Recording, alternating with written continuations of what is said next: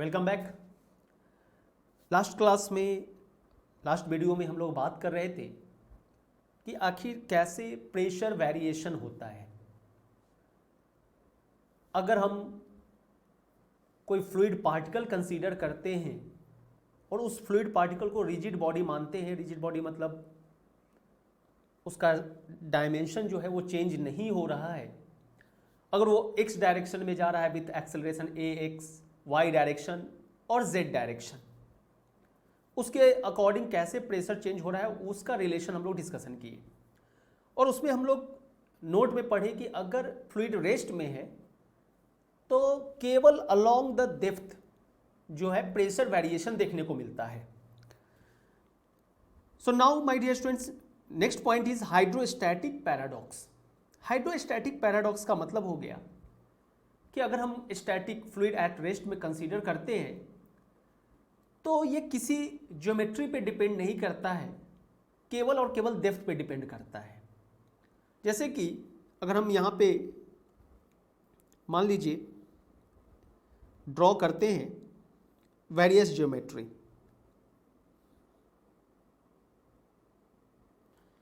अब यहाँ पे मान लीजिए कि इसमें वाटर फील्ड है, ये वाटर है, और इस वाले में हम लोग मान के चलते हैं कि मर्क्यूरी है। अब यहाँ पे बोल सकते थे कि सर ये अपना फ्री सरफेस है, यानी यहाँ से हम लोग फ्लूइड को देख रहे हैं फ्री सरफेस, और लिख रहे हैं कि दिस वन इज वाटर और ये हमारा मर्क्यूरी है। अब यहां पे अगर हम फ्री सरफेस से मान लीजिए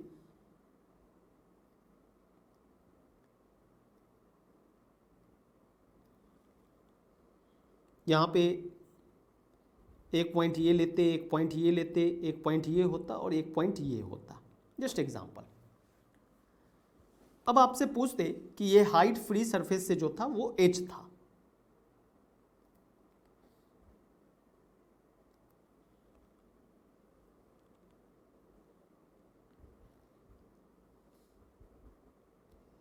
फ्री सरफेस से हाइट अपना h है। मान लीजिए फ्री सरफेस पे एटमॉस्फेरिक प्रेशर है, यहाँ पे P not is P atmospheric pressure, और इसको हम नाम दे देते हैं स्मॉल a।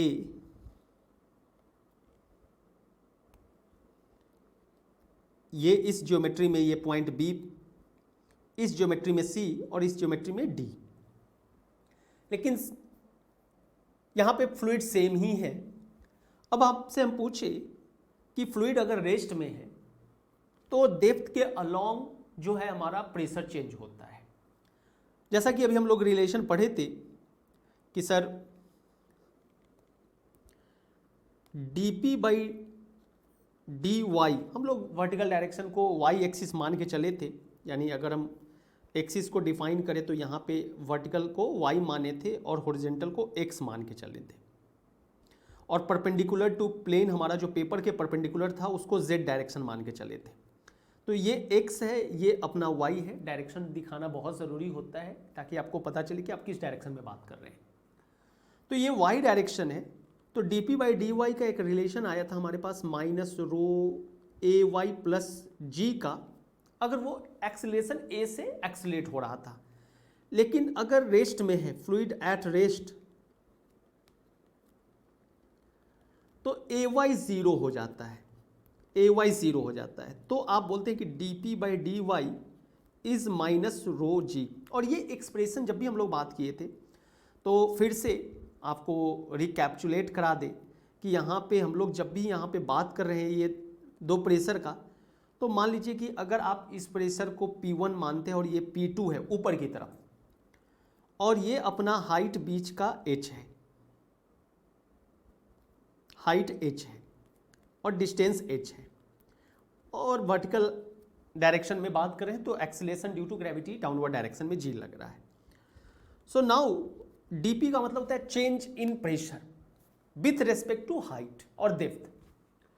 तो यहाँ पे डीपी बोल सकते थे कि डीपी जब भी हो तो फाइनल माइनस इनिशियल, हम लोग पहले भी बात कर चुके हैं, फाइनल माइनस इनिशियल।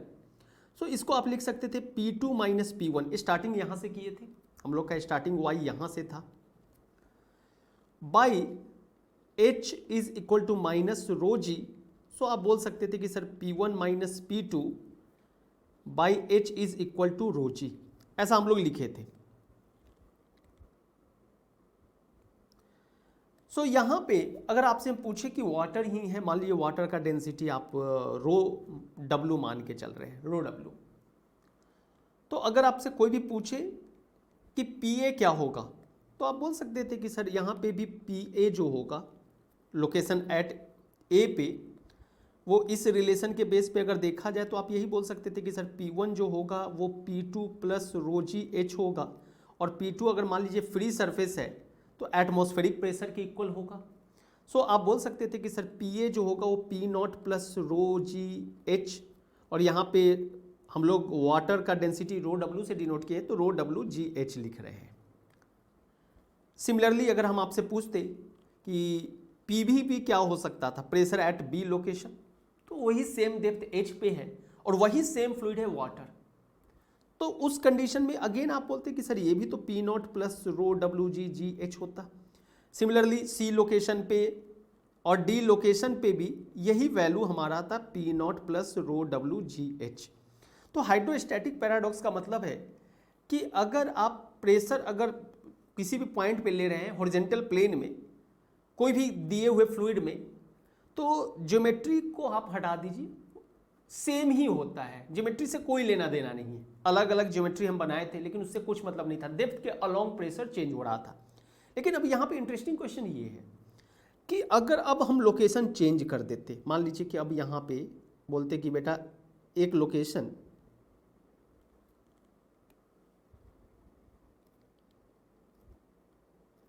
अब हम बेस में ले जाते, मान लीजिए टोटल हाइट यहाँ पे ये हाइट को हम कैपिटल H से दिखाते हैं, और मान लीजिए कि ये कैपिटल A है, ये कैपिटल B है, कैपिटल C है, कैपिटल D है।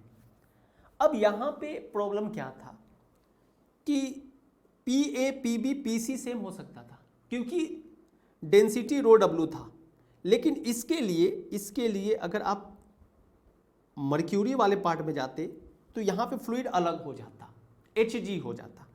तो ऐसे सिचुएशन में आप नहीं बोल सकते हैं बेटा कि यहाँ पे कि सर PA, जैसे इसमें तो P small a small b PC PD same था, ये रिलेशन आया था, बट PA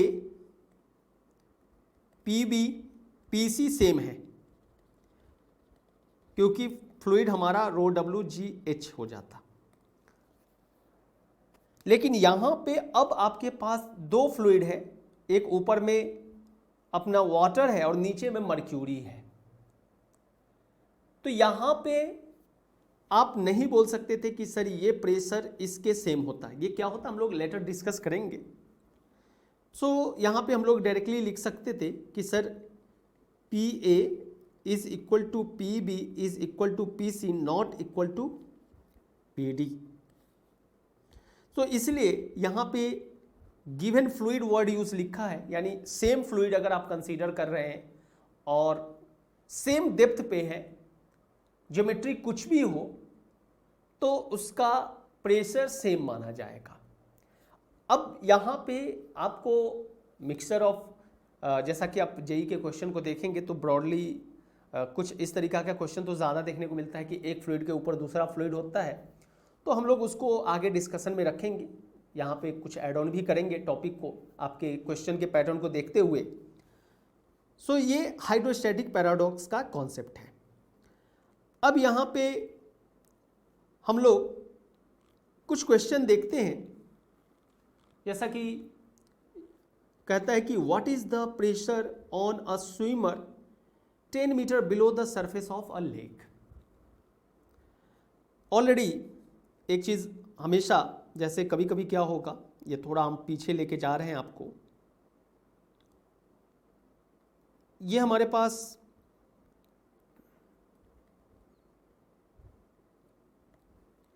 कुछ डेटा है जो आपको शुरू में भी बोले थे कि आपको मेमोराइज करके रखना है। सिंपल वाटर अगर है 1000 है, सी वाटर 1030, मर्क्यूरी 13600, चाहे इथाइल एल्कोहल हो, वोल ब्लड हो 1.29 एयर का है, और स्टार और गैलेक्सी के बीच का जो स्पेस है उसके बीच में जो डस्ट पार्टिकल है वहाँ पे हमारा डेंसिटी 10⁻⁻20 है। तो ये डेटा आपको ध्यान रखना है। अब जैसे यहाँ पे इस क्वेश्चन में लेक वाटर है,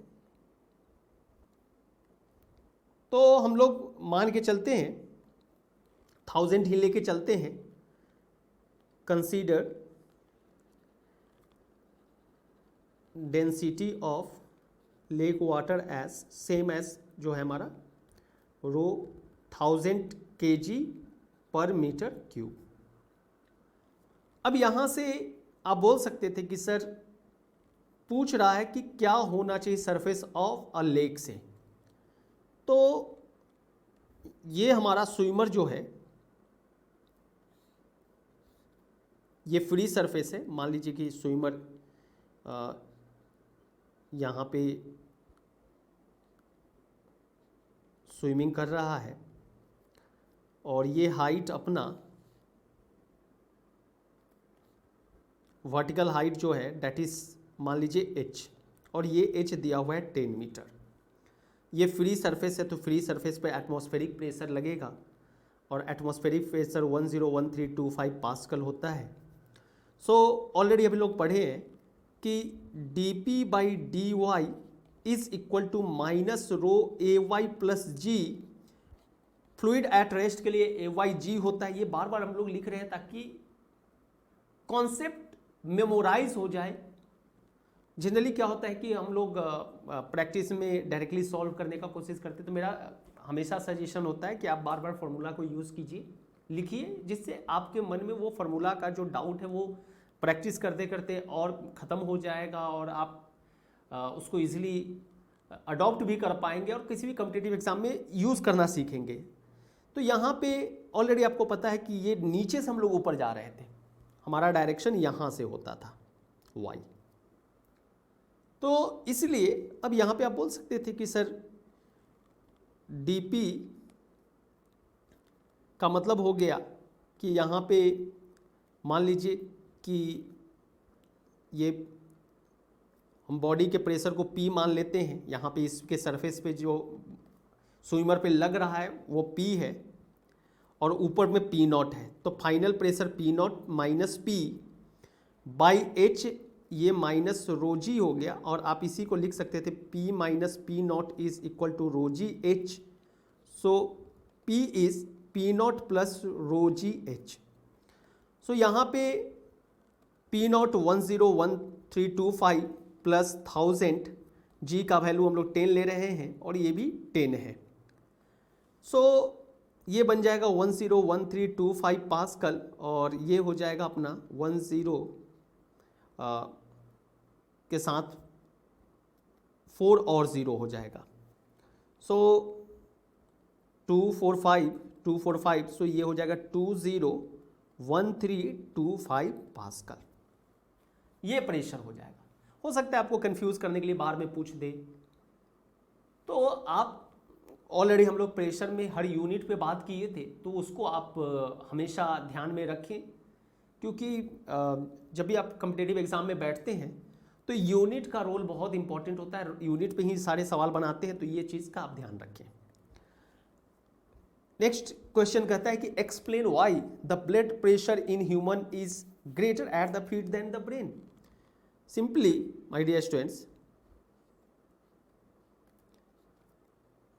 ब्रेन से यहाँ से एक चीज़ तो पता चल रहा है कि मान लीजिए कि ह्यूमन बॉडी का हाइट h है, तो यहाँ पे अगर कोई पूछे कि इस लोकेशन पे P1 क्या होगा, तो मान लीजिए कि ब्रेन पे प्रेशर P2 है, तो आप बोल सकते थे कि P1 जो होगा P2 प्लस यहाँ पे ब्लड का डेंसिटी GH।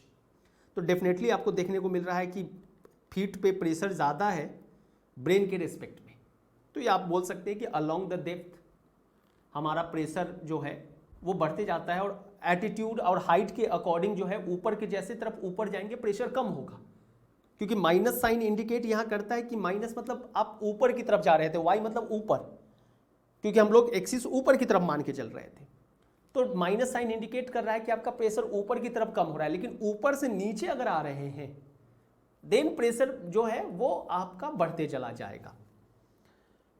दूसरा क्वेश्चन कहता है कि atmospheric pressure at height of about 6 kilometre decreases to nearly half of its value at the sea level.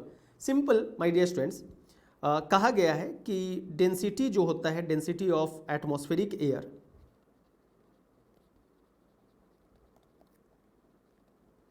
वो डिक्रीजेस विथ हाइट होता है, डिक्रीजेस विथ हाइट। देखा गया है कि it becomes half at a height of 6 kilometre,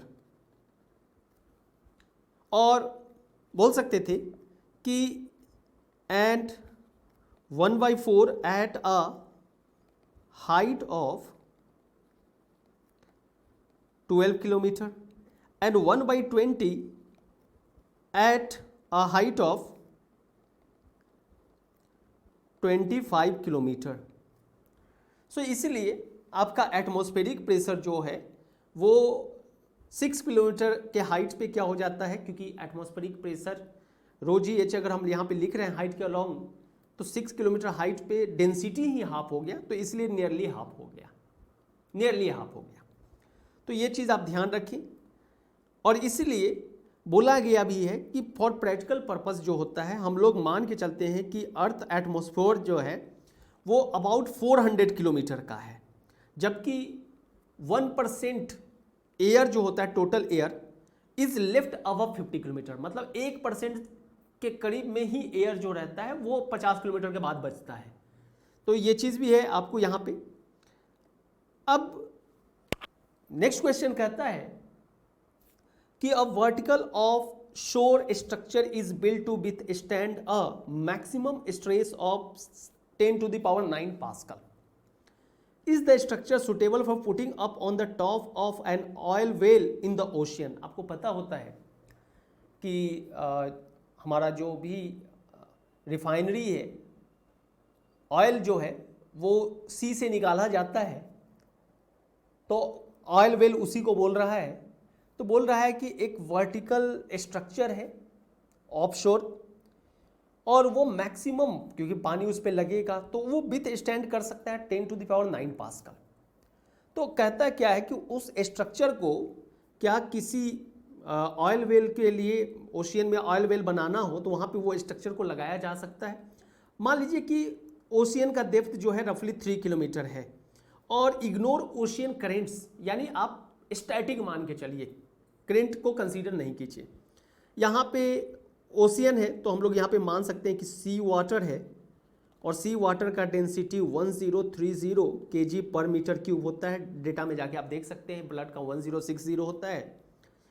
अब यहाँ पे हम लोग पढ़े भी थे कि 10⁹ पास्कल स्ट्रेस वर्ड हम लोग पढ़े कि सॉलिड के केस में भी हम प्रेशर टर्म को यूज़ करते हैं। ये नॉर्मल स्ट्रेस का सिनोनिमस होता है, मतलब पर्यायवाची शब्द बोलते हैं ना कि एक से ज़्यादा अर्थ में, मीनिंग में, तो वो टर्म में भी आप यूज़ करते हैं यहाँ पे।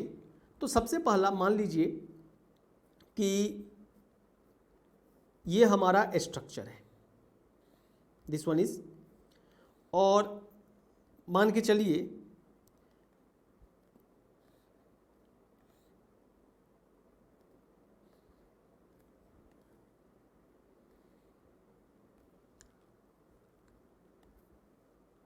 ये ओशियन है, और यहाँ पे हम लोग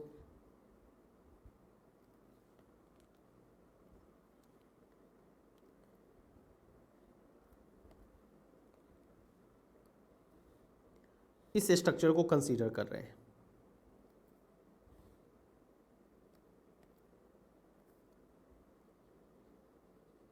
ये हमारा स्ट्रक्चर है।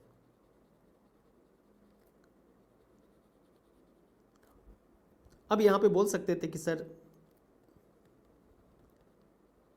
फ्री सरफेस पे पी नॉट लग रहा होगा एटमॉस्फेरिक प्रेशर, और ये हाइट मान लीजिए कि h है, तो आप बोल सकते थे कि सर यहाँ पे अगर हम y यहाँ से कंसीडर करें बेस से, तो dp/dy जो होगा वो बोला जा सकता था कि सर ये हो जाएगा अपना माइनस रो AY प्लस जी, और स्टैटिक यहाँ पे इग्नोर ओशियन करेंट, तो AY ज़ीरो हो गया, कोई मोशन नहीं है, AX भी ज़ीरो है। सो यहाँ पे मान लीजिए कि प्रेशर बॉटम पे P हो जाता, तो आप बोल सकते थे P not minus P by H is minus rho g, और अब आप यहाँ पे बोल सकते थे कि sir P minus P not is rho g H, so P is P not plus rho g H। ये स्ट्रक्चर पे जो प्रेशर लगता बेस में, ओशियन उस पे जो प्रेशर लगाता, अब ये वैल्यू आप निकाल सकते थे कि सर ये हो जाता 101325 पास्कल प्लस, अब यहाँ पे रो 1030 है, जी 10 है, और h अपना 3 किलोमीटर है, जिसको आप बोल सकते हैं 3000। तो आप इसको कैलकुलेट कर सकते हैं कि सर 1030 है और 10 भी है और मल्टीप्लाई 3, तो आप बोल सकते थे कि 101325 प्लस ये हो जाता 903, उसके बाद 1 2 और ये टोटल 3, यानी टोटल 50। अब यहाँ पे ये ऑलरेडी 6 है, सो बोल सकते थे कि सर 5 2 3 1 3 1 0 0, थोड़ा कैलकुलेशन पे ध्यान रखेंगे, और ये हो जाएगा अपना 2 2 5 1 3 0 और 9 1 0 और यहाँ 1, और ये हो जाएगा 3 1 0 0। सो एक बार हम लोग क्रॉस चेक कर लेते हैं, क्योंकि जब भी आप एग्ज़ाम में बैठे तो इस तरीका का कैलकुलेशन बहुत इंपॉर्टेंट है, और कैलकुलेशन अगर गलत हो गया तो पूरा मेहनत बेकार चला जाएगा किसी भी कॉम्पिटिटिव एग्ज़ाम के लिए अगर हम बात करें। सो 31001325 पास्कल ये हमारा प्रेशर आया बेस में। लेकिन यहाँ पे क्वेश्चन में कह रहा है कि ये 10 टू द पावर 9 मतलब विथ स्टैंड कर सकता है वर्टिकल ऑफशोर स्ट्रक्चर जो है। तो यहाँ पे अगर देखा जाए तो ये 2, अगर हम मान लीजिए 2 4 6 8 ही है, 8 है। 10 टू द पावर स्ट्रक्चर जो है, structure can withstand maximum stress 10 to the power 9 pascal. अगर डाउट लगे तो आप 90 लिख के चेक कर लीजिए। 4 4 8 9, और यहाँ पे पूरा ये वैल्यू ही है, ये 31200046 डिजिट का, तो इससे कम है, यानी P is less than maximum stress. So ये स्ट्रक्चर विथ स्टैंड कर सकता है। Yes it can withstand. Next question है, कहता है कि a gas is contained in a vertical frictionless piston cylinder device. मान लीजिए कि ये हमारा कोई फ्रिक्शनलेस पिस्टन सिलेंडर डिवाइस है, और कहता है यहाँ कि the piston has mass of 4 kg।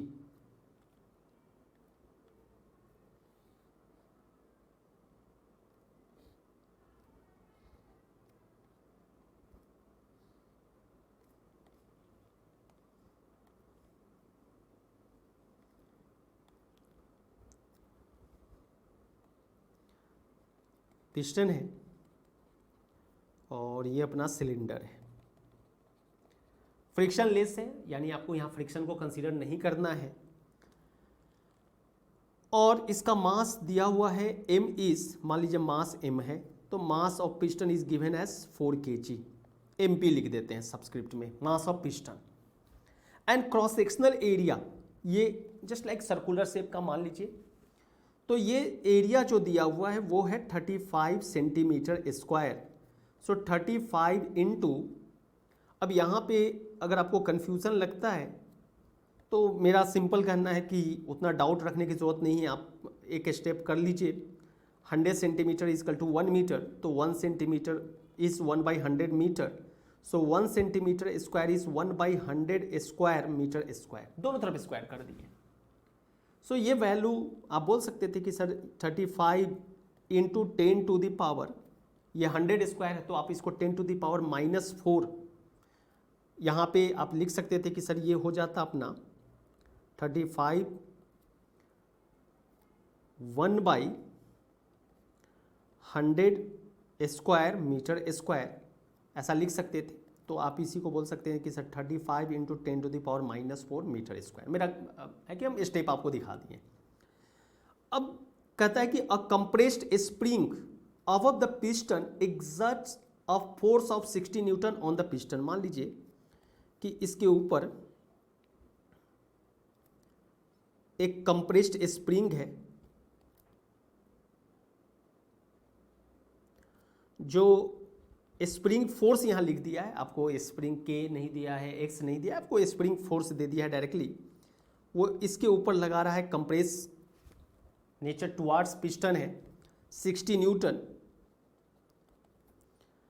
और कहता है कि if the atmospheric pressure is 95 kilo pascal. मान लीजिए कि इसको थोड़ा सा हम यहाँ से ओपन कर दें तो बोल सकते थे कि सर अब यहाँ ओपन है तो माना जा सकता है कि अब इसके सरफेस पे प्रेशर जो लगेगा वो एटमॉस्फेरिक प्रेशर लगेगा, और एटमॉस्फेरिक प्रेशर यहाँ पे 95 किलो पास्कल है। सो 95,000 पास्कल। तो कहता है कि determine the pressure inside the cylinder, यानी ये गैस इसके अंदर फिल्ड है तो डेफिनेटली गैस भी इसके सरफेस पे फोर्स लगाएगा। तो अगर मान लीजिए कि this one is your piston, ये अपना पिस्टन है। अब यहाँ पे फोर्स देखना है कि पिस्टन पे कितना फोर्स लग रहा है। एक तो सबसे इंपॉर्टेंट है कि आप फोर्स में आपके पास एक स्प्रिंग फोर्स है जो इसके सरफेस पे लग रहा है, दूसरा एटमॉस्फेरिक प्रेशर भी इसके सरफेस पे लग रहा है तो वो भी कहीं ना कहीं एक प्रेशर लगेगा। तो आप बोल सकते हैं कि P0 A एरिया दिया हुआ था, और नीचे अपना गैस इसके सरफेस पे भी एक प्रेशर लगाएगा तो मान लीजिए PA, और यहाँ पिस्टन का मास दे दिया है तो इसका मतलब है कि इसके वेट को भी कंसीडर करना है। मास दे दिया मतलब पिस्टन के वेट को भी कंसीडर करना है, और ये बोल सकते हैं कि ये mg हो जाता पिस्टन। और अब यहाँ पे आप बोल सकते थे कि सर इक्विलिब्रियम कंडीशन में, इक्विलिब्रियम कंडीशन कहता क्या है, हमेशा ध्यान रखें इक्विलिब्रियम कंडीशन से ही हम फोर्स सॉल्व करते हैं कि नेट फोर्स जो इस बॉडी पे लग रहा होगा वो 0 होना चाहिए इक्विलिब्रियम कंडीशन में। सो यहाँ पे सिंपल तरीका ये है कि आप फोर्स के डायरेक्शन को डिफाइन कर लीजिए कि अपवर्ड में जितना फोर्स लगेगा वो पॉजिटिव मानेंगे, बाकी को निगेटिव मानेंगे जो डाउनवर्ड लग रहा होगा। तो यहाँ पे आप बोल सकते थे कि सर अपवर्ड में एक ही फोर्स है PA, बाकी सब डाउनवर्ड में है। तो यहाँ पे PA minus P0 A minus FS minus mg is equal to 0। तो ये बोला जा सकता था कि सर ये P is equal to P0 plus FS by A plus mg by A लिखा जा सकता था, और हम लोगों को इस क्वेश्चन में pressure he inside the cylinder निकालना था। ये 95,000 दिया हुआ था, स्प्रिंग फोर्स 60 न्यूटन था, और एरिया अपना दिया हुआ है 35 into 10 to the power -4, piston का मास 4 kg दिया हुआ है, जी 10, और ये 35 इंटू 10⁻⁻⁴। अब यहाँ पे बोल सकते थे कि सर ये बन जाता अपना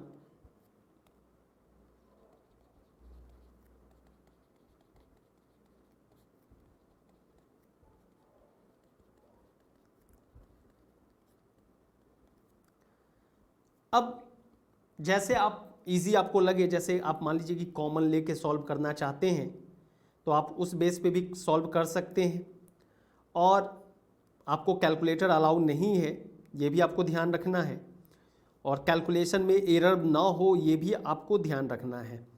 हम भले अभी इस इक्वेशन को सॉल्व करने के लिए, न्यूमेरिकल को सॉल्व करने के लिए हम कैलकुलेटर यूज़ कर रहे हैं, लेकिन आपको ध्यान रखना है। आप सिंपली यहाँ पे चाहे तो डायरेक्टली आप कैलकुलेशन इसका सॉल्व कर लीजिए, इसको सॉल्व कर लीजिए और सबको ऐड ऑन कर दीजिए, तो ये वैल्यू अपना आ जाएगा 123,571 पास्कल, और किलो पास्कल में आप बोल सकते थे 123.57 किलो पास्कल। किलो का मतलब हो गया कि सर 1 किलो पास्कल जो है वो 1000 पास्कल के इक्वल हो जाता है, जस्ट लाइक किलो। तो आप इसको ध्यान रख सकते हैं। यहाँ पे ये तो कुछ बेसिक क्वेश्चन था। अब हम लोग बात करते हैं height of atmosphere. Height of atmosphere,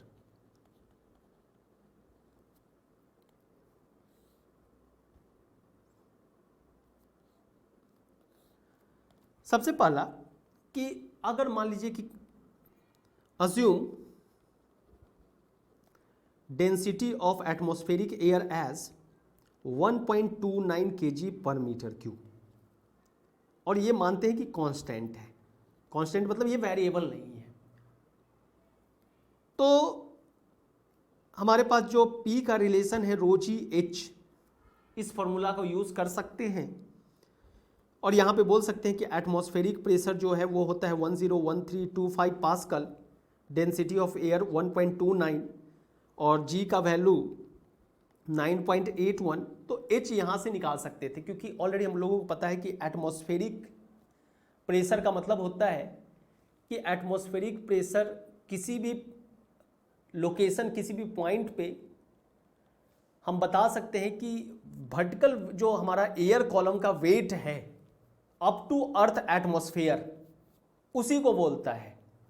तो यहाँ पे वर्टिकल हाइट मान लीजिए कि एटमॉस्फेयर तक का h है, और प्रेशर हमारा एटमॉस्फेरिक 101325 पास्कल है। यानी जैसे मान लीजिए कि ये हमारा अर्थ एटमॉस्फेयर है, और मान लीजिए कि किसी लोकेशन पे अगर आपको प्रेशर निकालना है तो ये बोलता है कि यहाँ पे जो प्रेशर होगा वो एक वर्टिकल कॉलम आप बनाते हैं पर यूनिट एरिया का, वो उस पॉइंट पे जो फोर्स पर यूनिट एरिया लग रहा होगा, उस वेट जस्ट लाइक फोर्स ही हो गया, उसी को बोलते हैं आप एटमॉस्फेरिक प्रेशर। तो यहाँ पे आप बोल सकते थे कि sir P is equal to ρg h। So यहाँ पे आपके पास P का वैल्यू पता है तो H आप निकाल सकते थे, और ये आ जाता अपने को 8006.8 मीटर, यानी अप्रोक्सीमेटली 8 किलोमीटर। 8 किलोमीटर, मीटर को कन्वर्ट कर लिए किलोमीटर में। लेकिन आपको पता है कि as we know that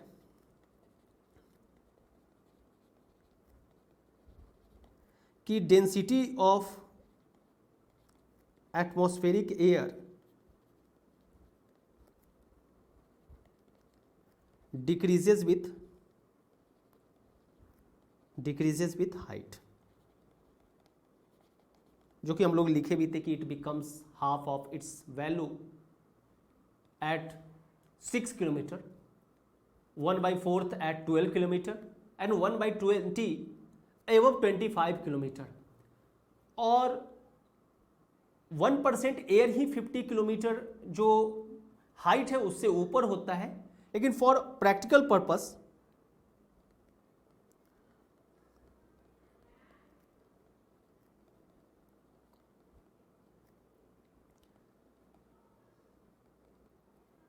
the height of Earth's atmosphere is taken as 400 kilometre. अब यहाँ पे ये बहुत डिफिकल्ट है हाइट निकालना, तो इसको समझने के लिए हम लोग क्या करते हैं, मानते हैं कि कंसीडर, केमिस्ट्री में आइडियल गैस वर्ड आप पढ़े हैं, air as an ideal gas. Ideal gas यानी सिंपली कहा जाए, यहाँ पे अगर हम पूछे कि आइडियल गैस होता क्या है, तो सिंपली कि नो इंटरमॉलिक्यूलर अट्रैक्शन फोर्स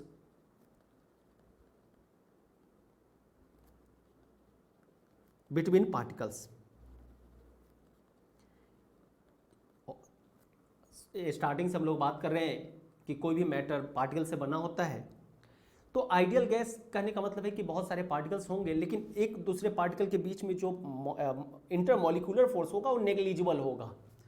और दूसरा, यहाँ पे हम लोग ये भी मान के चलते हैं volume of particles are negligible.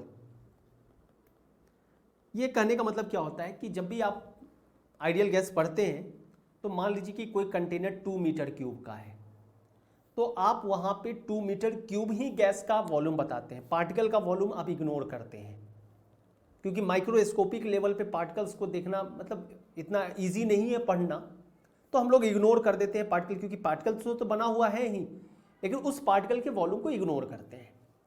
और कोई भी आइडियल गैस, हम लोगों को पता है कि आइडियल गैस ओबेज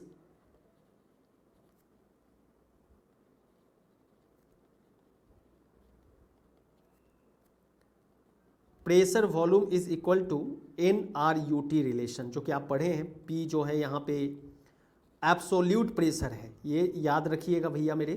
कभी भी आइडियल गैस यूज़ करते हैं, प्रेशर मेज़र करने का 2 रेफरेंस है, एक होता है एब्सोल्यूट प्रेशर, जीरो प्रेशर, और एक होता है एटमॉस्फेरिक प्रेशर।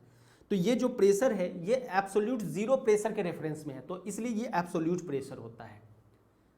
और कंफ्यूज करने के लिए आपको क्वेश्चन में गेज प्रेशर लिख देगा, एटमॉस्फेरिक प्रेशर लिख देगा। तो ये चीज़ आप ध्यान रखेंगे कि if you are using ideal gas equation, अगर आप आइडियल गैस इक्वेशन यूज कर रहे हैं तो यहाँ पे प्रेशर एब्सोल्यूट प्रेशर होता है। ये हमारा वॉल्यूम को रिप्रेजेंट कर रहा है। N अपना नंबर ऑफ मोल्स, जिसको आप नंबर ऑफ मोल्स को मास पर यूनिट मॉलिक्यूलर वेट या मोलर मास बोलते हैं, तो ये मॉलिक्यूलर वेट भी बोल सकते हैं और मोलर मास भी बोल सकते हैं, मोलर मास। और यहाँ पे RU को आप बोलते हैं यूनिवर्सल गैस कांस्टेंट, मतलब कोई भी गैस आप ले रहे हैं, आइडियल गैस, ऑक्सीजन लीजिए, नाइट्रोजन लीजिए, सभी में ये वैल्यू फिक्स रहेगा, इसलिए आप इसको बोलते हैं universal. So universal gas constant, और ये वैल्यू अपना होता है जैसे 8.314 भी लिखते हैं हम लोग, तो 8314 जूल पर किलो मोल केल्विन लिख सकते हैं। अगर आप 8.314 लिख रहे हैं तो जूल पर मोल केल्विन लिख सकते हैं। अब यहां से T जो है वो हमारा एब्सोल्यूट टेम्परेचर है, एब्सोल्यूट टेम्परेचर।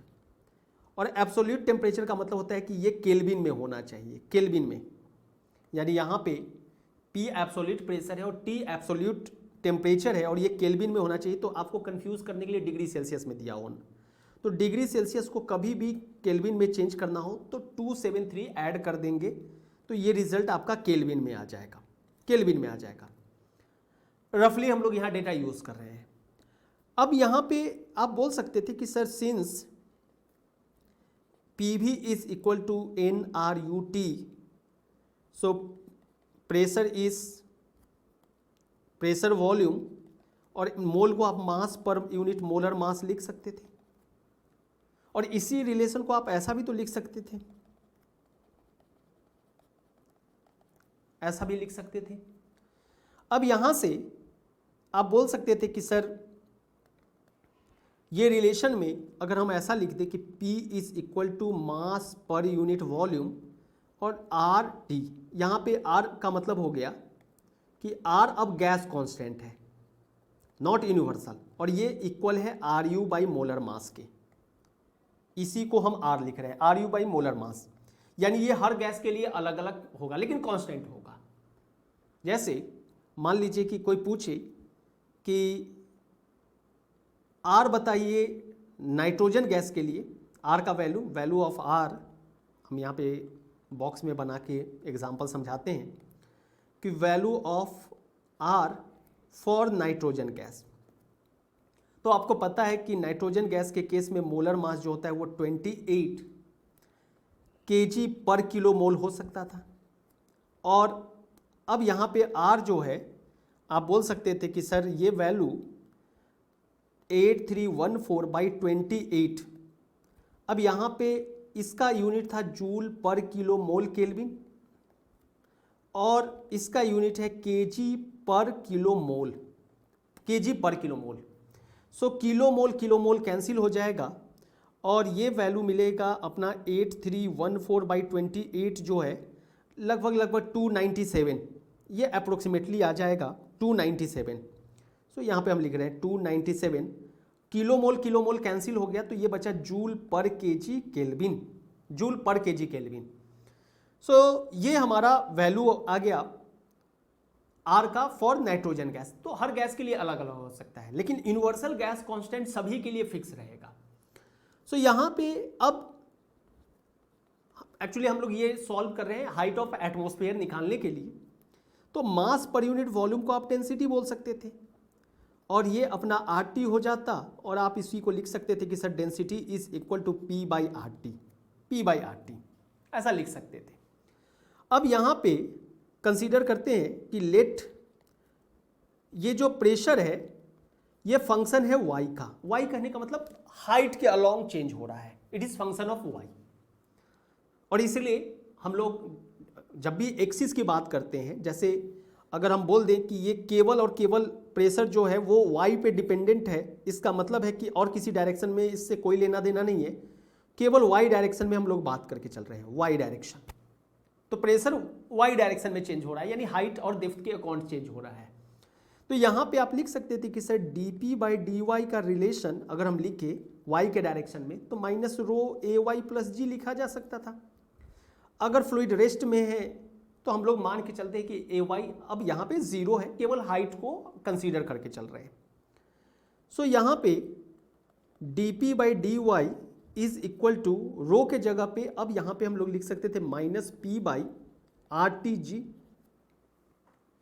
और इसी रिलेशन को आप ऐसा भी तो लिख सकते थे कि सर dp बाई p, और ये बन जाता अपना g बाई RT माइनस लगा देते और dy।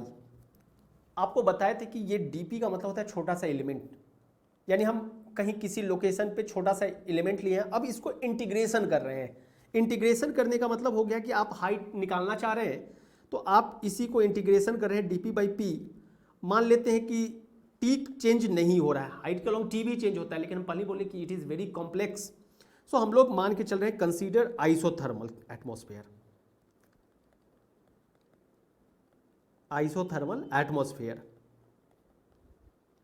सो जब कांस्टेंट g कांस्टेंट है, r भी कांस्टेंट है, t भी कांस्टेंट है, तो केवल तो इंटीग्रेशन dy का करना पड़ेगा। किसके रिस्पेक्ट में? dy करने का मतलब एक छोटा सा एलिमेंट y ले रहे हैं, हाइट के रिस्पेक्ट में है।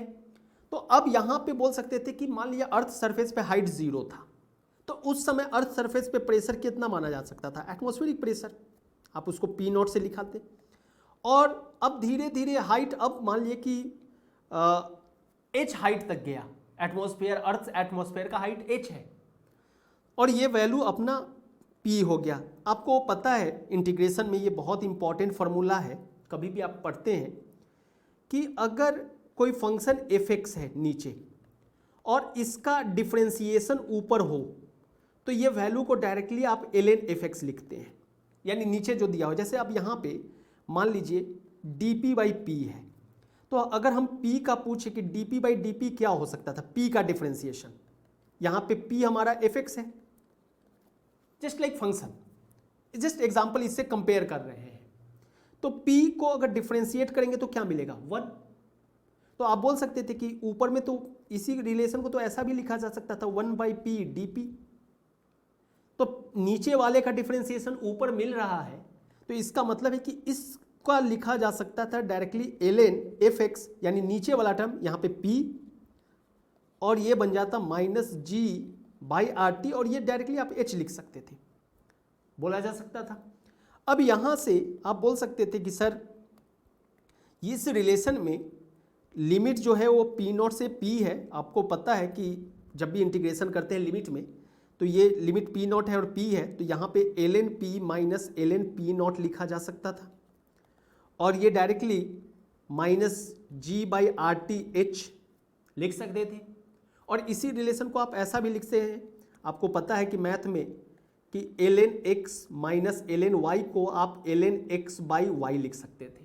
तो यही रिलेशन आप ln p/p0 भी लिखा जा सकता था, और इसी को आप बोल सकते थे कि सर ये बन जाएगा -g/rth। और ये भी आपको पता है कि अगर ln x is equal to y है तो x is equal to e⁻y लिखा जा सकता था।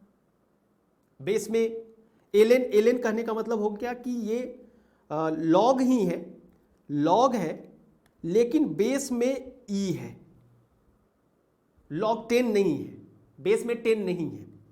तो इसलिए जैसे कि यहाँ पे थोड़ा सा हम आपको मैथ बता दें, हल्का सा यूज कर दें।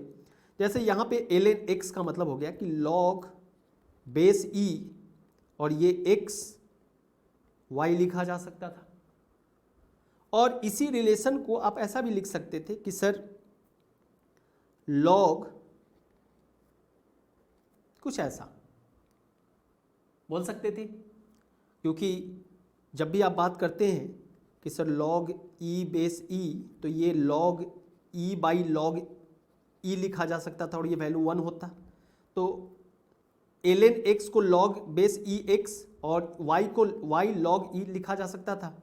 तो इसका मतलब है कि आप बोल सकते थे कि सर ये log e x और यहाँ पे log e और e⁻y हो सकता था। तो अब ये दोनों तो यहाँ पे आप डायरेक्टली e⁻y लिख सकते थे। तो इसीलिए इस रिलेशन को आप बोल सकते थे कि सर यहाँ पे ln p/p0 है, तो ये p/p0 is equal to e⁻ minus g/rth लिखा जा सकता था। यानी p जो है, अब यहाँ से आप h भी चाहते तो निकाल लेते, क्या प्रेशर है। अगर h निकालना होता तो आप h को, अगर h कोई पूछता तो आप बोल सकते थे कि h हो जाएगा ln p/p0 by minus g/rt। So minus RT/g ln p/p0, ये हमारा h का रिलेशन हो जाएगा। यहाँ से आप एक चीज़ और ऑब्टेन कर रहे हैं, कोई आपसे पूछ सकता था कि अच्छा यहाँ पे जैसे जैसे हाइट ऊपर जा रहे हैं और T को आप कांस्टेंट मान लिए हैं, टेम्परेचर, ये क्वेश्चन आया हुआ है, तो कैसा ग्राफ बनेगा प्रेशर का। तो आप बता सकते थे कि सर यहाँ पे e⁻ है। हम लास्ट क्लास में बात की है कि अगर x⁻1 होता है तो लीनियर होता है, x², मतलब जैसे x कुछ भी, y भी हो सकता है, मतलब किसके अलॉन्ग चेंज हो रहा है। तो यहाँ पे आप बोल सकते थे कि सर इसका ग्राफ अगर हमको दिखाना हो प्रेशर का, तो वर्टिकल एक्सिस प्रेशर को दिखा रहा है और ये एक्सिस जो है ये हमारा h को दिखा रहा है, हाइट के अलॉन्ग, y भी बोल सकते हैं आप, y, क्योंकि p को y का फंक्शन माने थे। अब जैसे जैसे यहाँ पे डिक्रीज माइनस साइन में है, यहाँ पे आप रिलेशन देखिए e⁻g है, तो माइनस करने का मतलब एक्सपोनेंशियल डिक्रीज हो रहा है। तो यहाँ पे बोला जा सकता था कि सर हमारा प्रेशर जो है, मान लीजिए कि स्टार्टिंग में अर्थ सरफेस पे y 0 था तो अर्थ सरफेस था, तो उस समय क्या प्रेशर था P0, और किसी डिस्टेंस मतलब मान लीजिए कि अर्थ का हाइट जो है एटमॉस्फेरिक वो h है, मान लीजिए यहाँ पे कहीं h है, दिस वन इज h। तो अब ये h एक्सपोनेंशियली डिक्रीज हो रहा है